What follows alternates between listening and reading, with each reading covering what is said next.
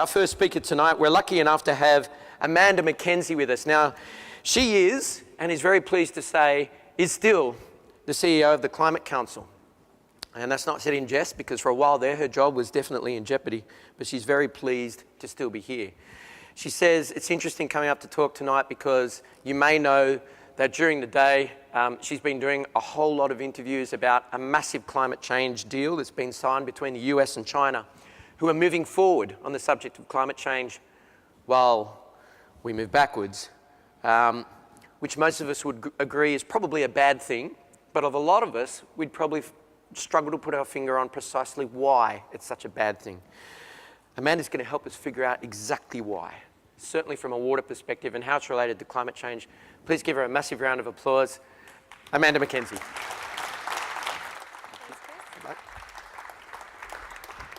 Thanks, Chris. And can you all hear me? Fantastic. I put the microphone on the correct way.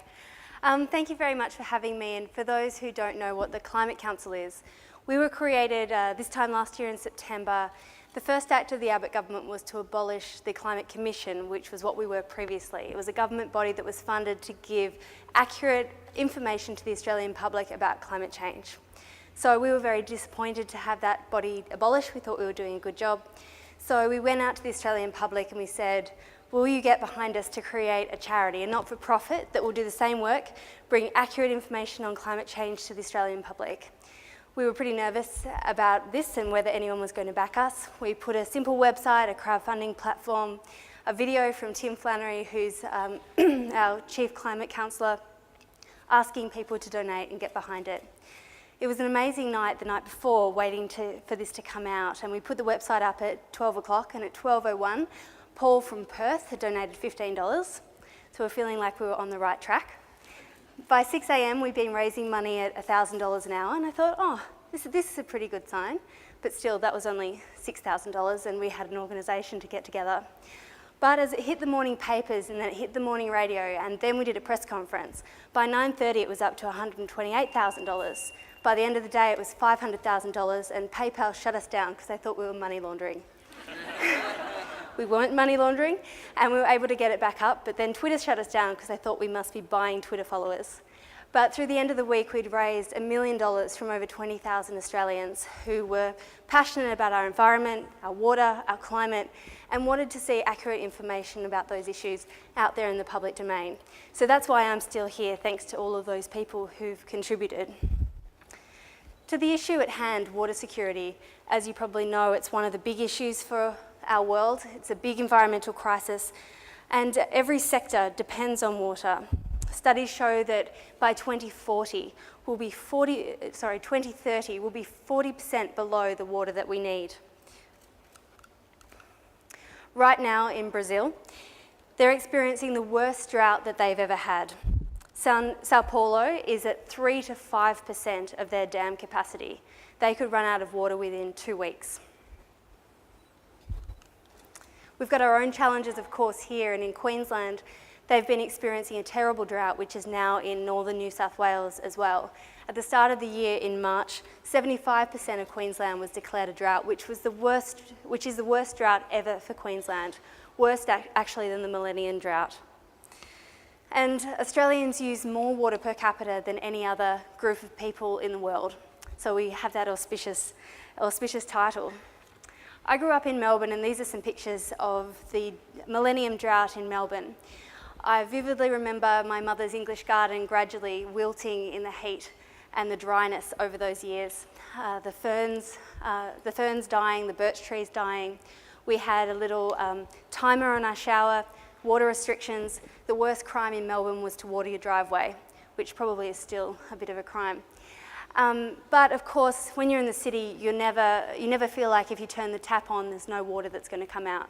You never feel like if you go to the supermarket, there's not actually going to be fresh fruit and vegetables.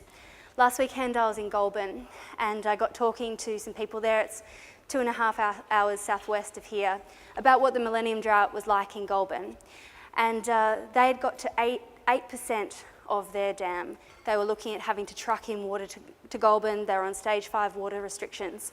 And of course, the town of Goulburn is surrounded by beautiful, fertile farmland that had turned into a dust bowl Those who were raising cattle or sheep, their livestock, they couldn't sustain them anymore. They couldn't sustain the crops, and consequently they couldn't sustain their livelihoods. Drought has always been a big issue for Australia. I love a sunburnt country, a land of sweeping plains, of rugged mountain ranges, of droughts and flooding rains.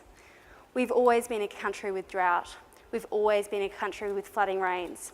But what climate change means is that extreme weather is getting worse. It means that Australia is experiencing a 30-year drying trend across the southeast of Australia, which is where we are here. And that's right over our food bowl region, which has huge implications for us.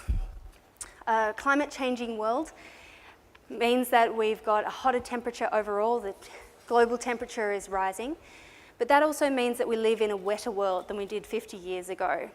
So when you have more heat, you have more evaporation.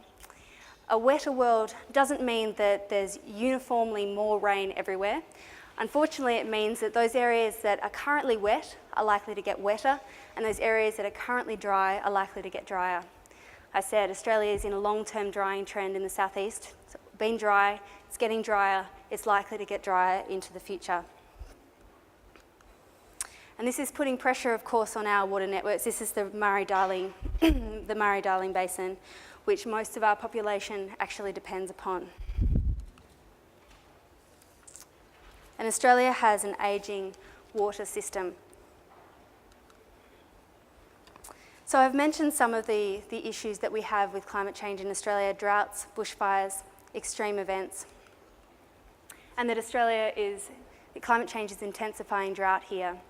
When you have drier conditions and you also have hotter conditions, the logical extension of that is that you get more serious bushfire conditions. Over the last 30 years, we've seen more intensifying bushfire conditions across the southeast of Australia, New South Wales, Victoria, South Australia. Again, where I come from in Victoria, in Melbourne, I live quite close to where the Black Saturday bushfires occurred a few years ago. And of course, as you might remember, the Black Saturday bushfires happened after a particularly dry stretch with a particularly long period of no precipitation and a period when it was very dry. So water security continues to be a big issue for Australia. And I just wanted to briefly mention the solutions that we might get to more in questions. Of course, when you have an issue like climate change, there are two solutions. We need to reduce our emissions, and we need to do so drastically, but we also need to prepare for a future that will be drier, it will be hotter, where there will be more bushfires. Thank you very much.